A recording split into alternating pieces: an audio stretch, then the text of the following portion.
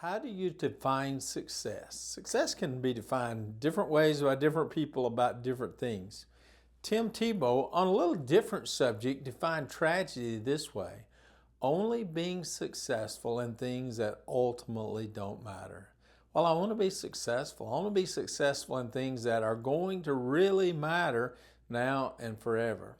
Let's look at an account in Luke chapter 16, verses 19 through 31. There are two men that are identified.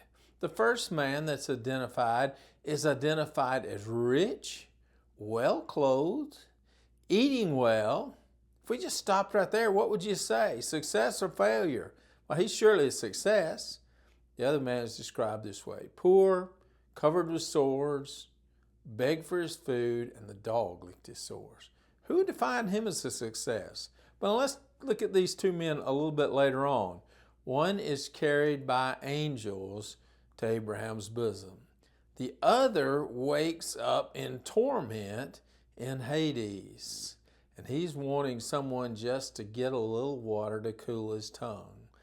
Which one of those do you think would be considered a success? Well, the one carried by angels to Abraham's bosom is the poor man, covered with sores, begging for his food, that dog came to lick his sores. The rich, well-clothed, eating well man, he was the fella that woke up in torment. What is not said, but is greatly implied, is the relationship these two men had with God. The poor man didn't have a lot of stuff, but he obviously had a great relationship with God. The rich man seemed to be succeeding in a lot of areas, but apparently there wasn't the relationship there needed to be with God.